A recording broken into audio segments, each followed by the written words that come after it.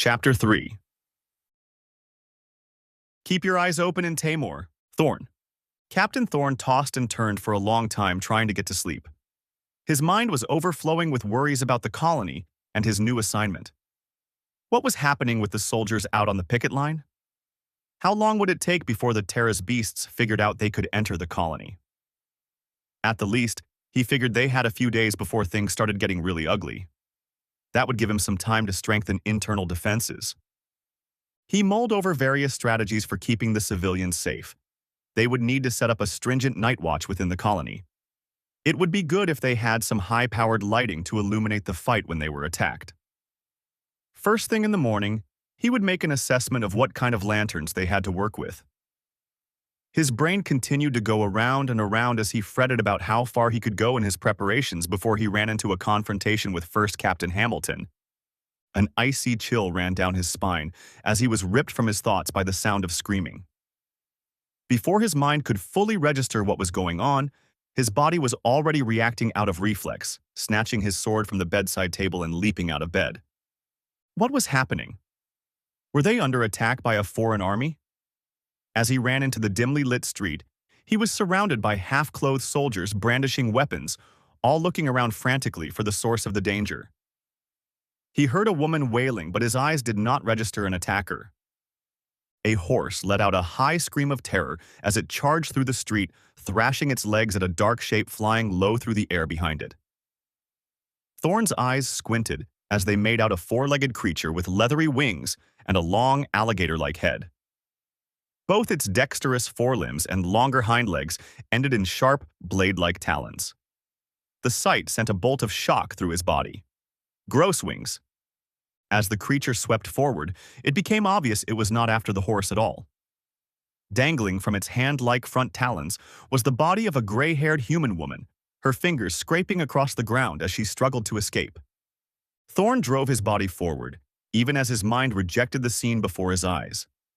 This shouldn't be happening. It's too soon for monsters to make it into the middle of the colony. Perhaps a single grosswing had stumbled into the colony by accident. Right now, it didn't matter.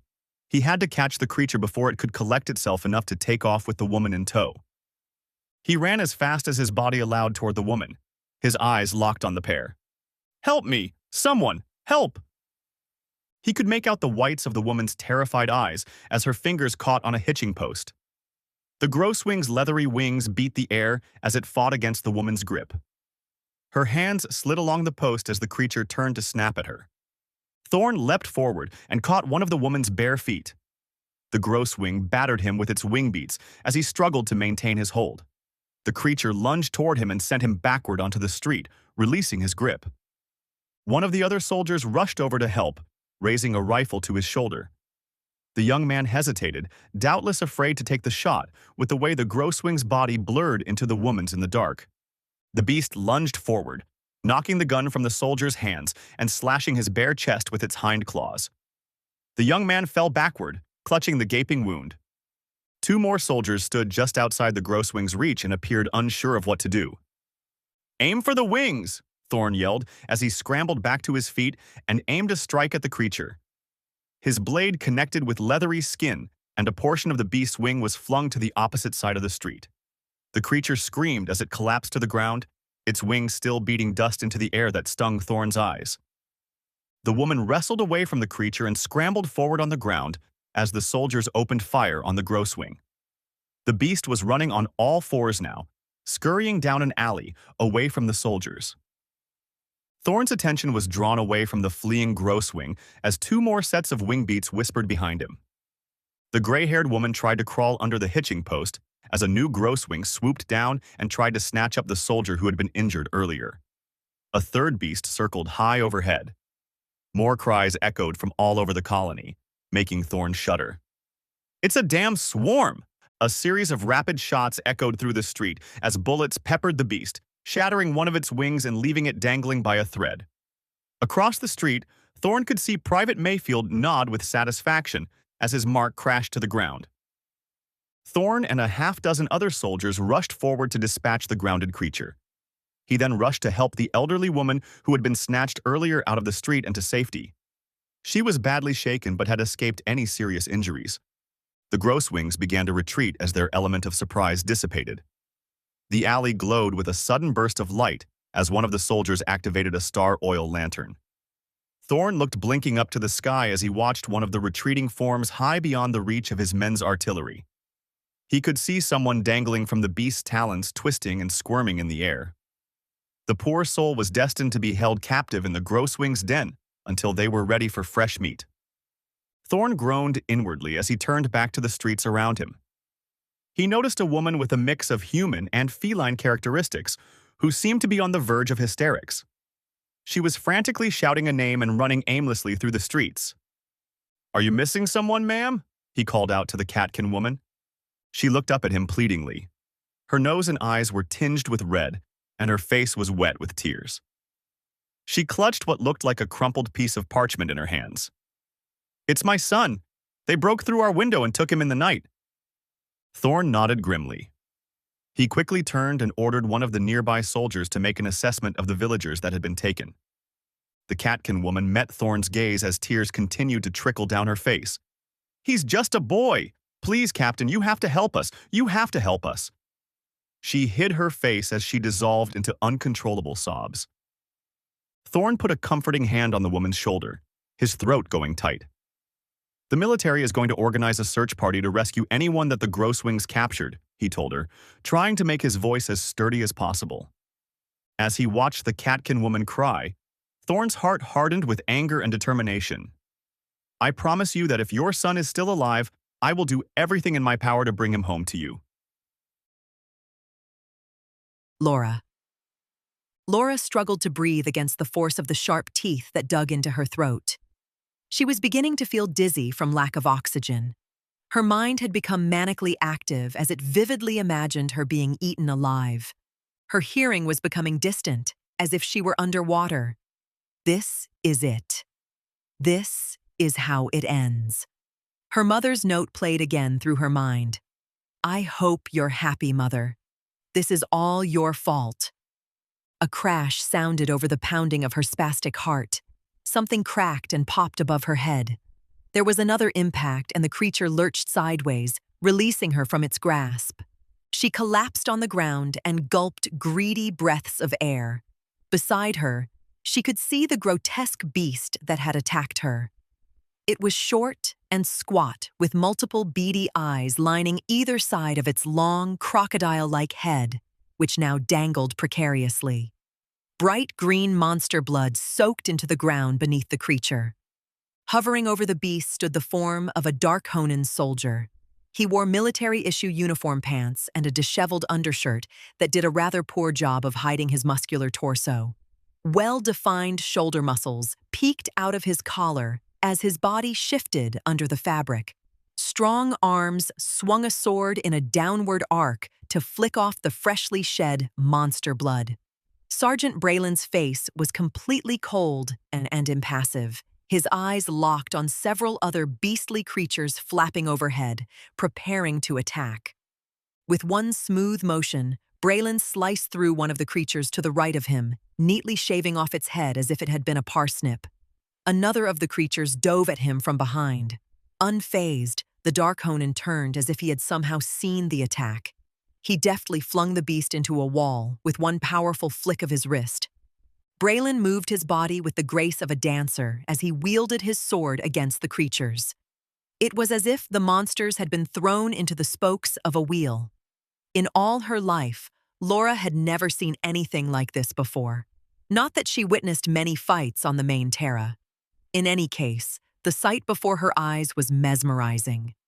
She couldn't tear her eyes away as Braylon finished off the last of the monsters and began to wipe at little bits of monster flesh that had stuck to his uniform. She tried to speak, but the Grosswing's teeth had bruised the cartilage in her throat. All she could manage was an odd squawk. Her fingers slid up to touch the wound on her neck, and she was relieved to find only a small amount of blood from the creature's stranglehold.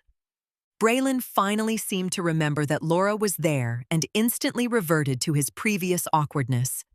He looked away from her sheepishly, then down to the ground. "Yes, well, I guess I'd better go." Without offering to help her up or even asking whether she was okay, he walked off down the alley, leaving the woman sprawled pathetically in the street. Thorn. Captain Thorn could barely contain his panic and anger. Yesterday, his senior officers dismissed his opinions about the picket line without a second thought. The result had been 5 soldiers dead from a dozen attacks by various monster species on the border of the colony. The attacks had evidently happened at roughly the same time the Grosswings were dive-bombing the heart of the colony. It had led to sluggish responses and a scarcity of soldiers at each of the overlapping incidents. Now, Colonel Meadows' reaction to Thorn's rescue plans were enough to send chills down his spine. "You can't actually expect us to leave innocent people to be devoured by Grosswings," Thorn choked. "We must weigh the risks against the benefits, Captain," Meadows countered. "I want all available manpower engaged in building a palisade around the colony so more innocent people are not captured and killed. We are even enlisting civilians to help with the project. We do not have the resources to conduct a rescue operation for people who could very well already be dead." Thorn could hardly believe his ears. In his mind, this broke every code of military honor. He summoned his last ounce of persuasiveness as he responded, "With all due respect, sir, I would like to request permission to lead a rescue operation personally." He flailed through his mind for more arguments. "According to my damage report, the Grosswings stole 2 cases of dark silver. The engineering team tells me that they can recalibrate mining sensors to locate the dark silver. I only ask for 1 day to make this attempt. I believe it will be possible with the mining sensors." "Dark silver?" Meadows asked. "That is like catnip for monsters. It can draw them in from miles away. That is most likely what attracted the Grosswings to the camp in the first place." "What the heck were we doing with dark silver?" "Lieutenant Jackson tells me that it is used as a conductor on some of the airships," Thorn informed him. "They felt safe storing it here because of the monster defense field." Colonel Meadows sighed deeply and covered his face. "1 day, sir. That is all I'm requesting," Thorn pleaded. Meadows sighed and his eyes drifted off as if thinking of times long past. 7 soldiers. I will allow you 7 soldiers for this mission, no more." "Yes, sir. Thank you, sir." Relief flooded his chest. Colonel Meadows paused thoughtfully for a moment before adding, "Also, this is excluding the engineering team. We need them for repairing our defenses." "But, sir, how will we operate the sensors?" Thorn asked. "Not my problem, Captain. I am allowing you to go on this mission. Don't try my patience." A few minutes later, Captain Thorn stood in the reserve HQ peering skeptically at a bulky piece of machinery. It was a shiny silver-gray box with an antenna on one end and a round dial surrounded by runes on the other. Circuit magic devices like this mining sensor were intended to be operated by individuals with minimal magic training or talent. The spell was already built into the device, so all that was required was a small amount of Adustum energy from the user's body. This should make operating the sensor possible for even the magically untrained. Thorn, on the other hand, was more like a magic invalid. He had no aptitude for magic whatsoever. It made him suspect that his body was actually an Adustum void, without even trace levels of the energy others took for granted. He restrained a sigh. "So, how does this thing work again?" "It is quite simple, really," Jackson pointed to the device. "All you do is place your hands on this knob and turn it until it begins to beep." Thorn cautiously lowered his hands onto the device. It would not budge.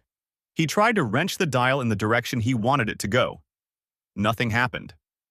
"No, no, no, you'll break it," Jackson scolded. "Haven't you ever used a communication circuit in school? It's just like that." Thorn glared at Jackson. "Right, of course, they teach you all about dust magic and communication circuits in a foundling home." Jackson winced. "Sorry, sir, I didn't know." "It's all right, Lieutenant. Just 1 more of the costs of war." Thorn had long since made peace with his Spartan upbringing. The little orphanage had done its best with the resources available on a tiny outer colony. Still, he had jumped at the opportunity to join the military as soon as he was old enough to convincingly lie about his age. All these years later, he rarely had reason to remember his upbringing. Every so often he would run into areas of knowledge in which he was behind. His name was another reminder of his origins. Like many other war orphans, His birth parents were unknown.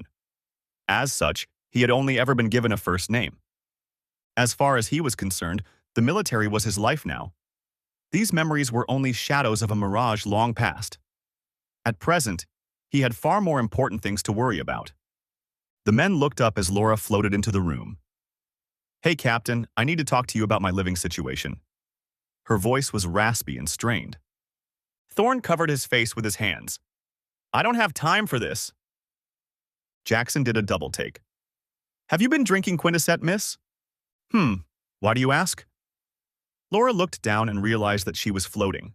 Literally. Floating. She stared for a moment before exclaiming, "Darn that Quinty bartender. When he said the side effects of Quintaset included levitation, I didn't think he meant literally." She squirmed in the air, struggling to get down. "Listen, Ms. Eld, I am really busy right now." Thorne turned back to the machine. "I am right in the middle of organizing a search party to rescue the people who were captured by the Grosswings last night. If I don't find these people in time, they will die. I am not going to add that regret to the legion that is already hanging over my head." "Oh, you should take the Dark Honan guy with you. Braylon," Laura croaked. "He is an amazing fighter." "Who?" Thorne glanced back at her. A Dark Honan soldier stepped out from behind Laura and saluted. "Sergeant Braylon, sir. I regret that we missed each other when you first arrived. Looking forward to working with you, sir." Thorne stared at the man Colonel Meadows had named as his second-in-command during his briefing yesterday. A flash of recognition shot through his mind as he looked into Braylon's face. The last time he had seen those cold, Dark Honan eyes, they were looking for a weak spot in his defenses during the heat of battle. It was him. This was the same Dark Honan soldier he had fought in the Battle of Corlett many months ago, and who had nearly killed him. Now, he was expected to work with this man on a daily basis. Thorne's hands felt cold and clammy as he stood in silence for a long minute. He had known serving in the Ebriston army was going to be difficult, but he had not expected to have a reminder of his defeat looking to him for orders every day. If Sergeant Braylon recognized Thorne, he didn't show it as he rattled off various status reports. Thorne turned at the sound of a disturbance outside the door. A woman dressed in a major's uniform walked into the office. The sight of her made Thorne immediately stand straighter. It was the colony's only official mage, Major Becker. She stared at Laura floating in the air before flicking her eyes to Thorne. "Captain, Lieutenant Jackson is needed on the eastern border of the colony." Her tone was brisk. "Send him to the construction zone immediately." "Yes, ma'am," Thorne and Jackson chorused in unison. Major Becker cocked her head toward Thorne. "Captain Thorne, I understand that your rescue mission has been approved. You had better get moving if you intend to recover the captives while they are still alive. The Grosswings will be reaching their nest soon, and you do not want to be going into a Grosswing nest at night." "Yes, ma'am," Thorne echoed his earlier response. As she turned to walk out the door, the Major turned a steely gaze toward Laura as if the woman offended her. Major Becker waved her hand in the air while chanting something under her breath. She poked Laura in the chest with one finger, causing her to immediately crash to the ground. Laura lay in a heap on the floor for a moment before scrambling up and being sick in a corner. Private Dolan rushed forward with a bucket they had been using to catch drips from the ceiling. Thorne leaned against his desk, pinching the bridge of his nose as Laura recovered from her nausea. He pulled out a chair and waved her to sit down. She sat with her head lowered and gratefully guzzled a glass of water. After a minute, her eyes drifted to the machinery on the table. "Oh, cool." She reached a hand toward the device. "It's some kind of control circuit. I love this kind of thing." Her fingers brushed the knob, causing it to instantly glow with energy. Thorne's eyes widened. "Are you trained as a magic user?" he asked. Although anyone should technically be able to use circuit magic, those with special training or naturally high adustum levels had the easiest time operating them. Laura shrugged. "I learned basic circuit magic in school. I'm nothing special, really." His eyes practically glowed. "Ms. Eld, we really need someone who can operate this device as part of our rescue mission. I would do it myself, but to be honest, I have absolutely no talent for this sort of thing. Would you consider coming with us? Lives are on the line. We could really use your help." A look of surprise crossed Laura's face as she hesitated for a moment. She opened her mouth to let out a strained croak that could barely be made out as a yes. Thorne leaned forward to shake her hand. "Your service is much appreciated, Ms. Eld." "Just Laura." She took another gulp of water and prepared to get up out of the chair. Thorne turned around and noticed Sergeant Braylon still standing to the side of the room. He cleared his throat, squirming internally. "You are dismissed, Sergeant. I'm sure you have other duties to attend to." "Indeed I do, sir," Braylon replied crisply. "I have been assigned to assist you with this mission by Colonel Meadows." Thorne stiffened. He had been looking forward to putting off this problem while he focused on the task at hand. Besides that, how much more micromanaging was Colonel Meadows going to do? He reined in his chagrin with a deep sigh. Right now, his priority was the villagers who had been stolen by the Grosswings. That had to take precedence over his personal discomfort at being forced to work with a former enemy. Laura. Laura rolled her eyes at Braylon, who was tying a rope around one of her ankles. "We cannot have you floating away if you start levitating again," he insisted. "This is so dumb." Laura squirmed and reddened. "I feel like a balloon on a string." She held the sensor device in her hands and swept it back and forth. "Just a little to your left," she called out to the two men in the truck cab. "Yes, ma'am," Private Mayfield chirped. Private Mayfield seemed to be in an extremely good mood. Perhaps it was because it was not often that he was allowed to operate a vehicle. Laura was not sure why a man with an eye patch was the one driving the truck, but she didn't have the energy to argue. She was still suffering from a major headache from last night. As it was, each beep from the sensor stabbed into her brain like an ice pick. The truck lurched precariously as they hit a bump too fast. Braylon barked at the men in the truck cab. "What is going on up there, Mayfield? You stated that you were qualified to operate a motor vehicle. Was that? Or was that not? Correct?" "Sorry, sir." Private Dolan stuck his head out the passenger's window while flicking a nervous glance toward Braylon. "Just a bit of rough terrain. We will try to keep it steady." Laura took one hand off the sensor so that she could use it to cover her ear. The shaking of the truck was really starting to get to her. "If you are unable to complete this task, you should just say so, and someone else can be assigned." Braylon's words were cut off by Laura, waving her hands wildly. "Stop the truck! Stop the truck!" she yelped desperately. Mayfield slowed the truck to a stop.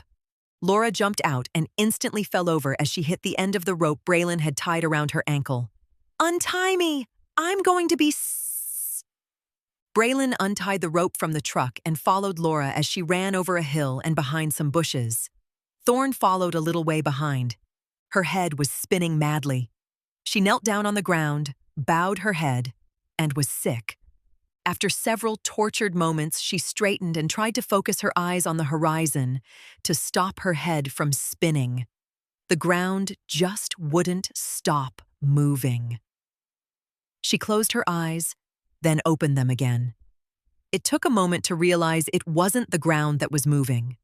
A giant tortoise the size of an elephant was lumbering toward them. Its shell was brightly colored and pulsed with a slight glow. She pressed a hand to her warm face. It seemed Quinty alcohol caused hallucinations too.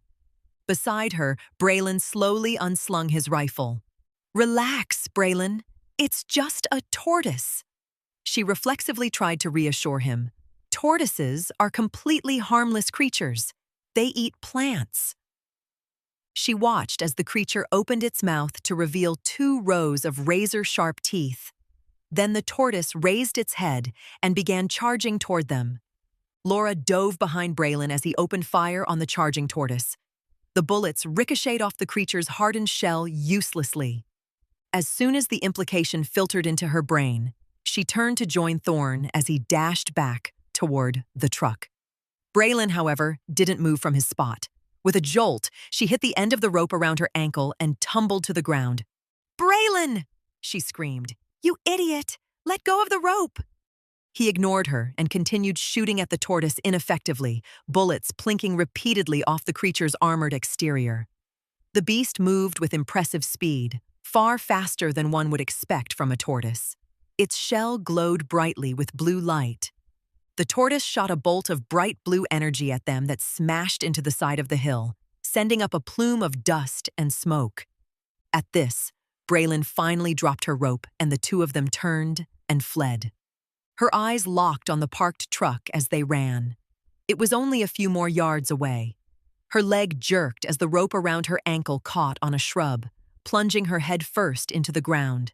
She rolled over to see the tortoise towering over her, its body glowing with a halo of blue energy. A scream attempted to escape her scraggly throat as she scuttled sideways. The creature plunged toward her as a pair of hands grabbed her from behind, dragging her backward and out of reach. Captain Thorne had come back for them and was ripping her rope out of the foliage. Meanwhile, Braylon drove the creature back by slashing its exposed head and legs with his bayonet. The tortoise cried out in fury and shot another bolt of energy at Braylon. He dodged to the side, letting the bolt fly past him into the sky. There was a distant explosion as the energy bolt landed in the distance. The three of them made a mad dash toward the truck. Thorne shouted at Mayfield as they clambered into the truck bed. "Drive! Now! There are death shells right behind us. Get us out of here!" Laura sat shakily in the back of the truck. Carnivorous tortoises. Carnivorous tortoises? This is just wrong. That is not how tortoises are supposed to be. Has nature lost its mind? Death shells.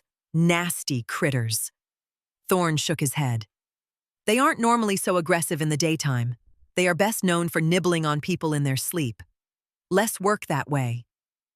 Laura stared at him in horror. Thorne watched the disappearing beast over his shoulder. They may be faster than a normal tortoise, but, luckily for us, they're still not the speediest of creatures. After leaving the death shells safely behind, the group traveled in silence for a while. Well, relative silence, other than the extraordinary bouncing and rattling of the truck, which seemed to be catching every gopher hole and anthill on the entire stretch of ground. Thank you for listening to A Taymore Deception. Tune in every Wednesday for new chapters.